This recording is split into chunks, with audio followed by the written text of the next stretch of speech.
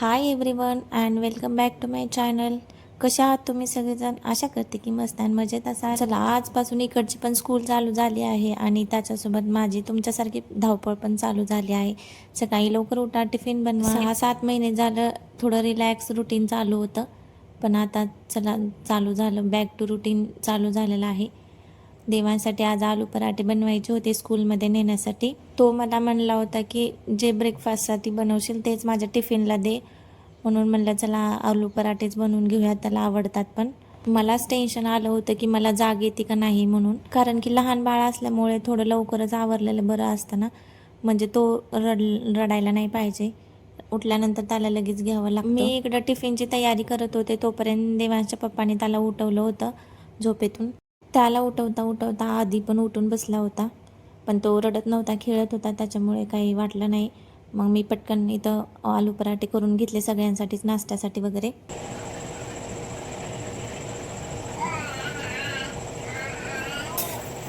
Breakfast बनवून घेणं झाल्यानंतर मी इथं देवांचं आवरायला घेतलं.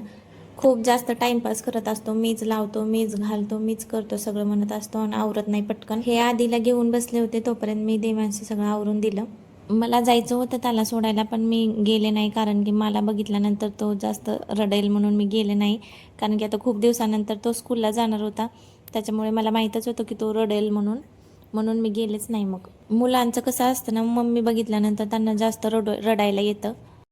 आज सगळं वेळेवर टाईमवर आवरलं होतं. पहिलाच दिवस होता ना, त्याच्यामुळे लेट नको व्हायला म्हणून सगळं वेळेवर पटकन आवरलं होतं.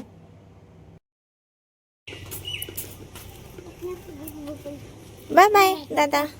दादा बाय. दादा बाय. स्कूल जाता है क्या? कौन स्कूल जाता है क्या? बाय दादा.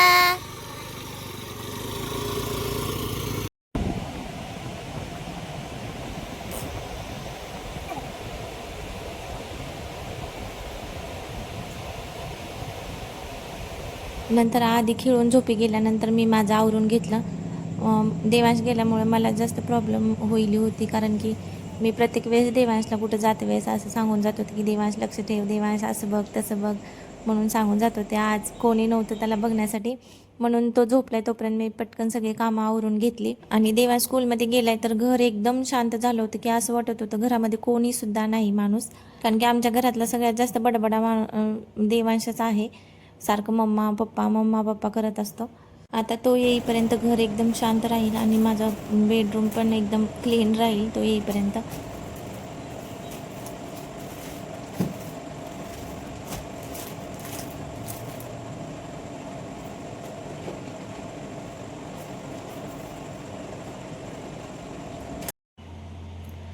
आता 12 वाजलेत. आता माझं सगळं काम झाले. आता फक्त देवांची वाट बघायची, कधी येतोय तो आता स्कूलमधून, कारण की आज पहिलाच दिवस आहे. 5-6 महिन्यानंतर तो आज गेला आहे, त्याच्यामुळं माहीत नाही रडतो का काय करतो ते. बघूया आता आल्यानंतर तुम्हाला पण दाखवते. चला मग आता देवांच्या आल्यानंतरच भेटूयात आपण पण. कसा गेला मग पहिला दिवस शाळेचा? चांगला होता. अच्छा था. मजा आया? क्या किया? रात को किया, रात कुछ किया, रोया? रुक जा. थोड़ा थोड़ा लोया, फिर स्टार्टिंग में तो लोया, फिर चुप बैठ गया. रोया? थोड़ा क्यों रोया? इसी लोया. मजा आया फिर आज जाके? ठीक है, कल जाएगा फिर? अरे और कल मैं चले तो जाऊंगा, पर मुझे स्कूल बस लगाना चाहिए. बारिश आ गई तो क्या होता फिर? इतने से तो बारिश आई थी बाहर आज. अरे तो भीग जाता हूँ ना मैं. कोई बात नहीं ना फिर. बैग भी है, मेरी स्कूल बैग. चलो फिर अभी बाय कर दो सबको. चलो बाय. अच्छे से करो. बाय. बाय.